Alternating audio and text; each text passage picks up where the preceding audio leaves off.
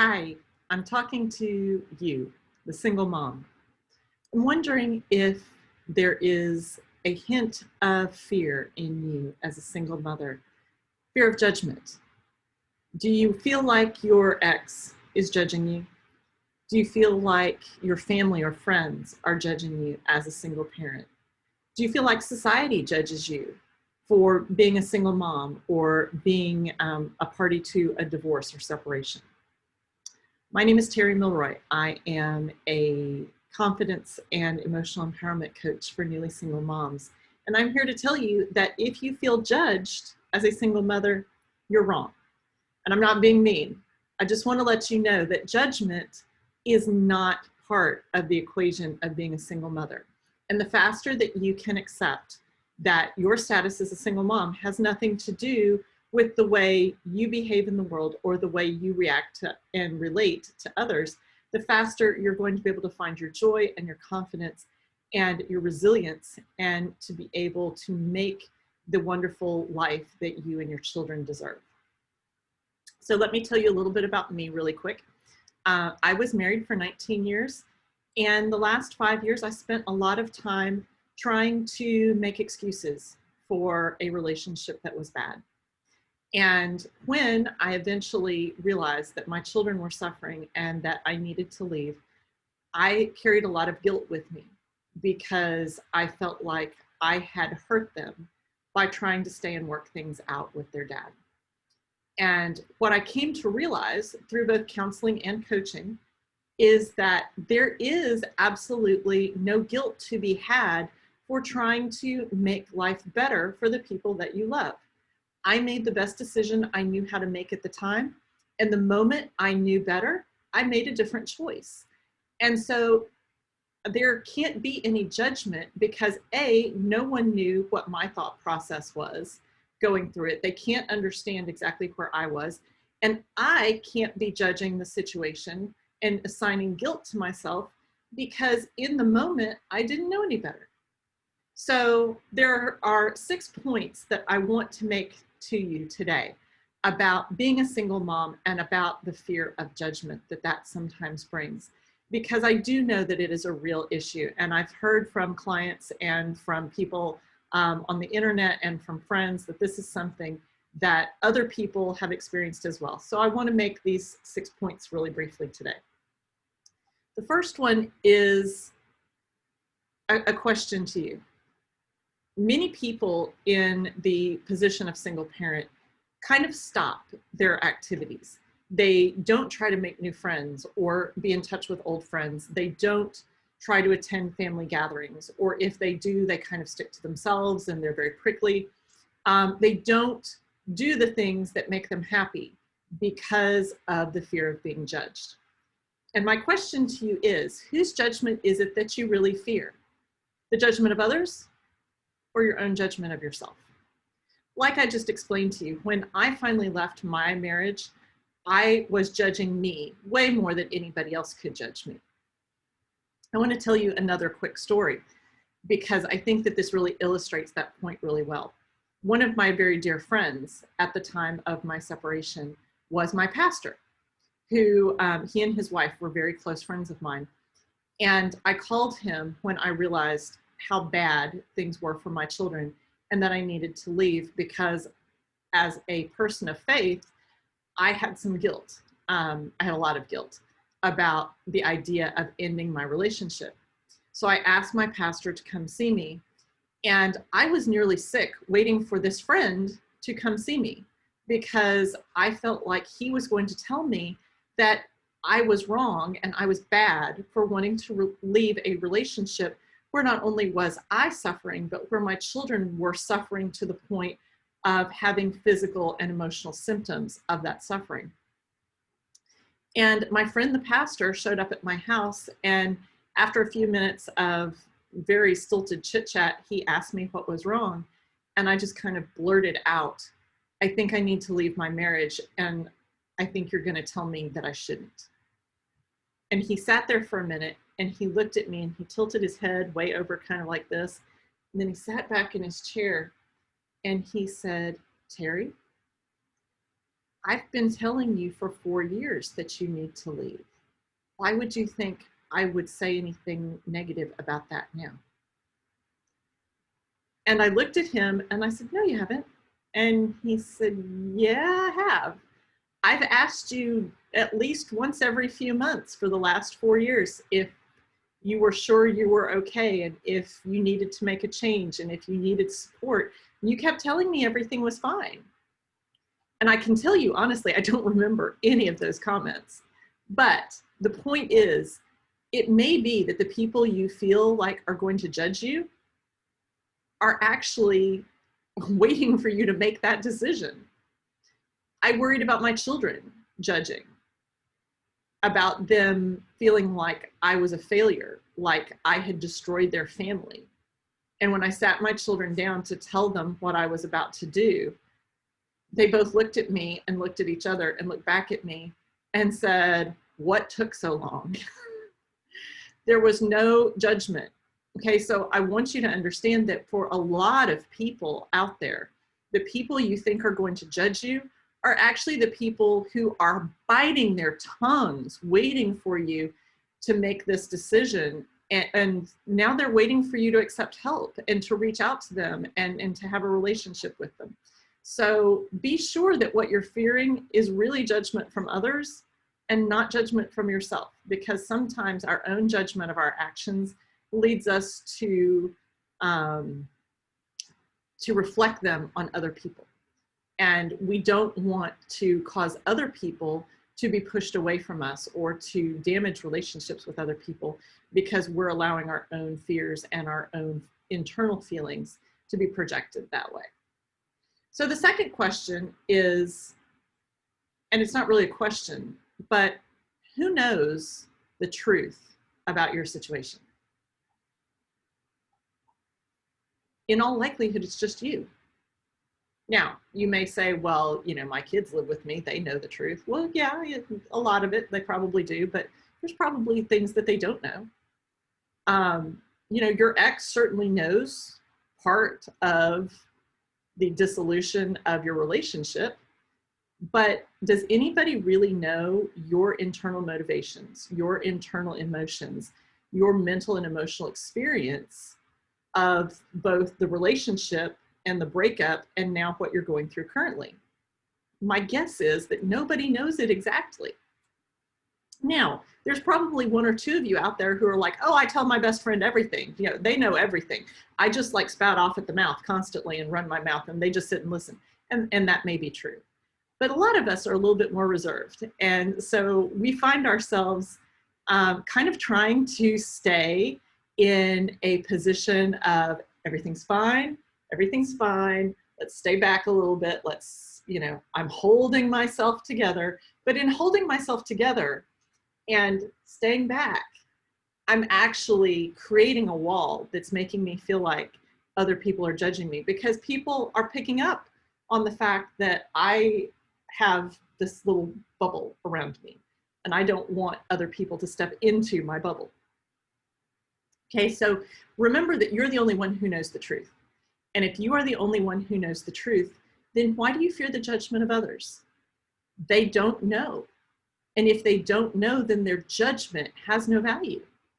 So if their judgment has no value, there's nothing to fear from it because there's no truth to it. And if there is no truth, then it's just noise. Okay? The third point is a really important one. And this is the fact that if you will take a little step back from your situation and really think about this statement, I want to posit to you that no one can make you feel anything. Okay, you can maybe take the kids to go visit with your ex-in-laws, and you may think that they're sitting there judging you, but maybe they're not. And even if they are, if they come out and say, you know, I think you're a terrible person because you left my son or daughter, and, you know, I think that, you know, you should be ashamed of yourself and whatever. Okay, fine, they're judging you. You don't have to accept the emotions they're pushing at you. You don't have to accept it. Because again, if you're the only one who knows the truth, If everything that people are trying to dump on you, if they are even trying that, if all of that is based on a lack of complete knowledge, then not only are you the one who knows the truth, our last point, but now why would you allow that to make you feel any specific way? That would be like me saying, well, the mailman, sees me moving out. And because his wife left him, he's like, oh, she's probably cheating on her husband. Well, no. And he knows nothing about me. So why does it matter? He's not in my life as a relationship. He's not important in the scheme of everything. So why do I care? I was actually listening to a podcast the other day, and one of my mentors on this podcast made an analogy that seems a little bit crude and unfeeling, and I don't mean it that way. And he didn't either. But he said it's something that is easier to understand this way. If you're walking down the street of New York City or Los Angeles, and some homeless person who is obviously not well mentally starts yelling at you that, you're a terrible person, or, you're ugly, or, give me some money, you suck, whatever. Would you really, other than maybe being a little disturbed at being that close to someone who is angry, would you really care about their judgment of you? No, because that person is obviously disturbed in some way or another in a very difficult personal situation. And so there's no reason to accept the judgment of that person, because their situation is obviously impacting the way they're behaving towards you. So you wouldn't let that make you feel bad. So why would you let anybody else make you feel bad? Now, obviously, your friends and your family and your children's grandparents, whether you have a good relationship with them or not, are obviously people who are in your life. But they can't make you feel anything you don't choose to feel. So if somebody is trying to lay something on you that's not valid, don't accept it. Say, I'm sorry you feel that way, but I don't receive that. You don't know my position. End of story. Next point. A lot of us spend a lot of time, and this is true not just about judgment, but this is true about a lot of things. We spend a lot of time thinking about either something that has happened that has been negative, or something that we anticipate happening negatively. And that's called ruminating. And I'm here to tell you that ruminating on either something that's over or something that hasn't even happened yet is extremely detrimental to your mental and emotional health, and even your physical health. But it doesn't touch them. So don't put yourself in the position of making yourself sick because of something someone else said, or something you think they might say, especially something you think they might say. Goodness, we don't want to spend our lives locked in the prison of here's all the scenarios of the things that could be said, that could go wrong, that could happen. That there's no joy in life in that situation. So instead, if something negative is actually said to you, then again, you go back to the previous statement and say, they can't make me feel any way I don't choose to feel. I don't choose to accept that judgment, and move on. If it hasn't happened yet, don't think about it. Because in case this is not something you're familiar with, you create your experience based upon your thoughts. Your thoughts create an electric frequency in your body, and that electric frequency attracts things like it. So if you are putting out a frequency of somebody's going to judge me, somebody's going to judge me, it's like you're vibrating at this speed. And let's say this is you. Here comes the thing that's vibrating at the same speed. And you're going to get exactly what you're afraid of because you're attracting it to you. It's called the law of attraction.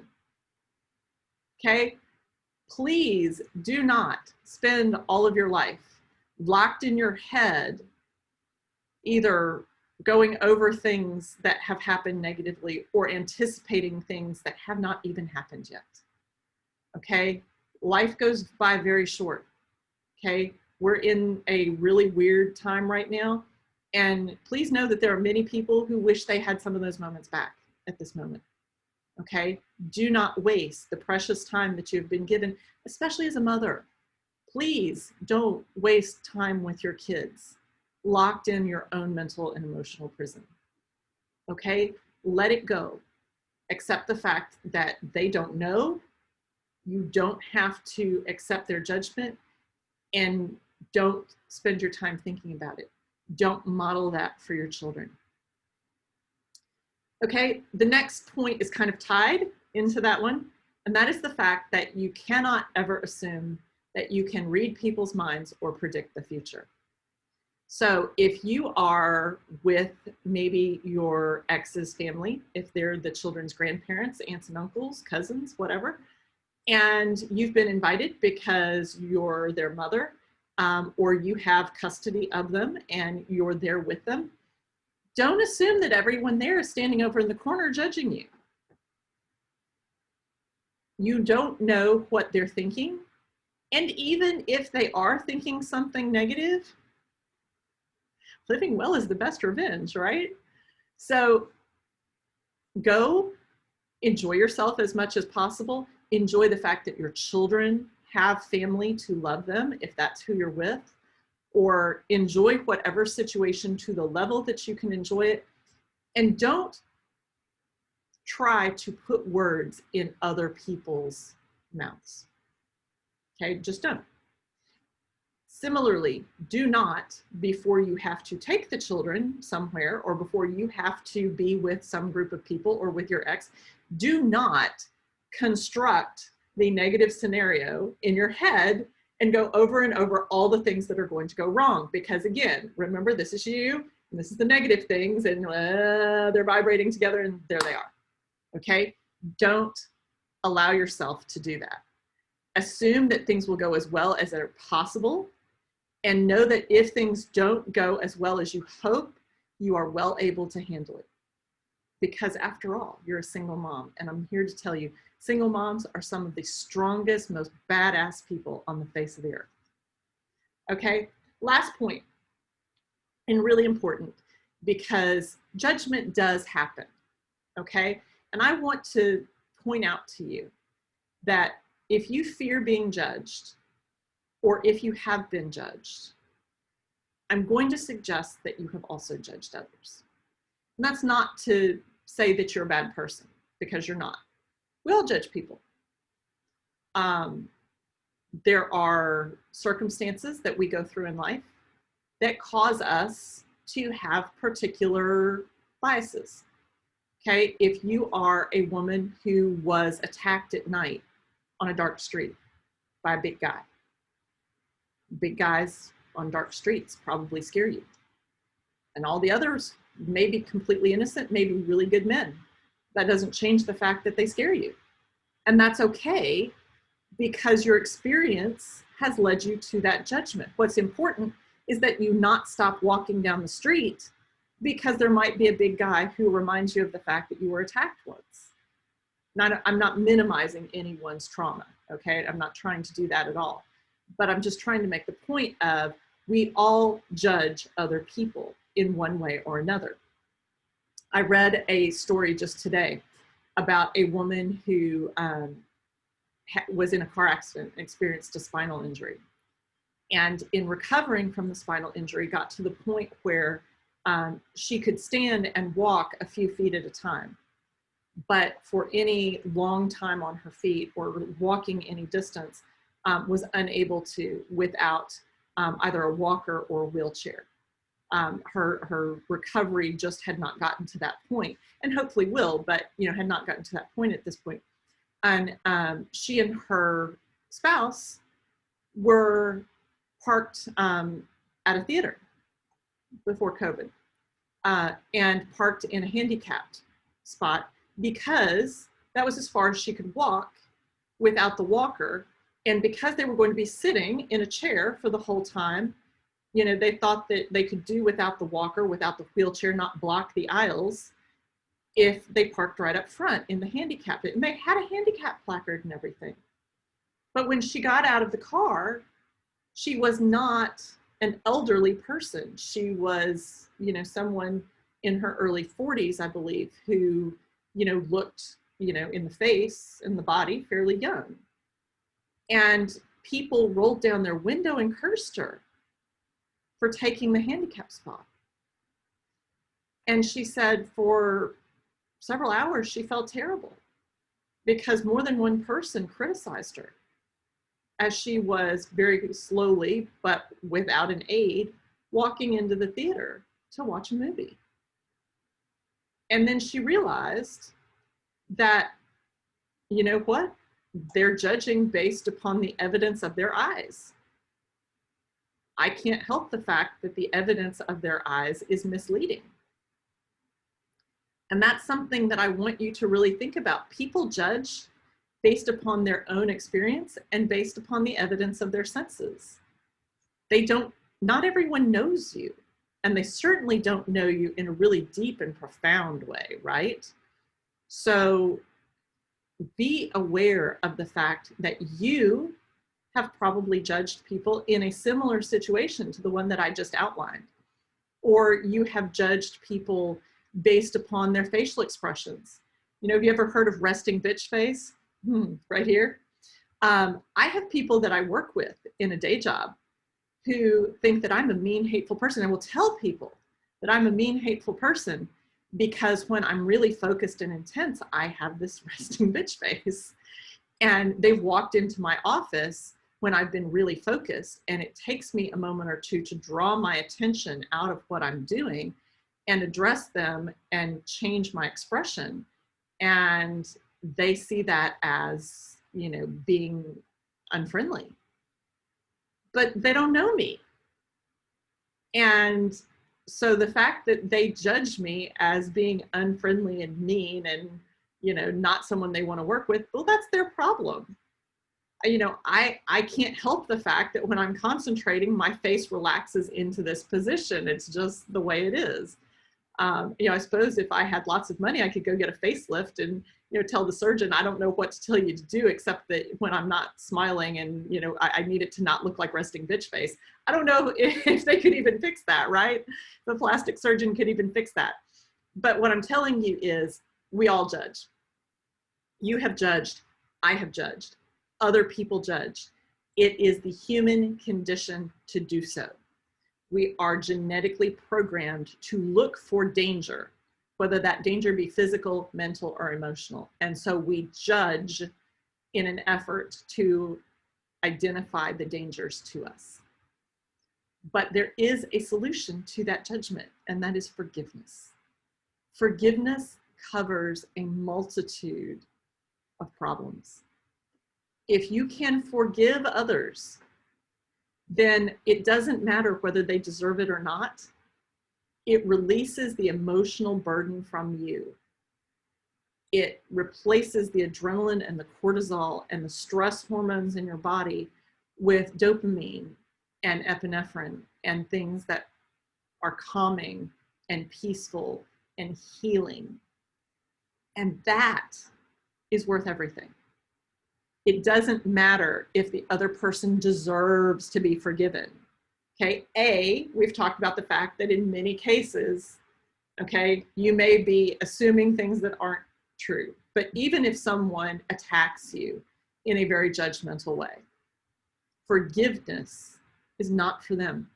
I'm sure you've heard this before, but it is not for them. It is for your health and your peace. Because once you forgive truly, and you have to truly do it, not just say, okay, I forgive them, and then you can't do that. Okay, once you truly forgive and you say, they don't know, they don't understand, and so I forgive them for their ignorance. and I'm not going to hold against them the fact that they don't know. That releases you from the negative effects of the judgment. And once you are free of those negative effects, then judgment doesn't matter anymore. So I hope that this has kind of helped you. And I want to also make the point that I am starting a series of videos. I hope you'll join me every time you see one.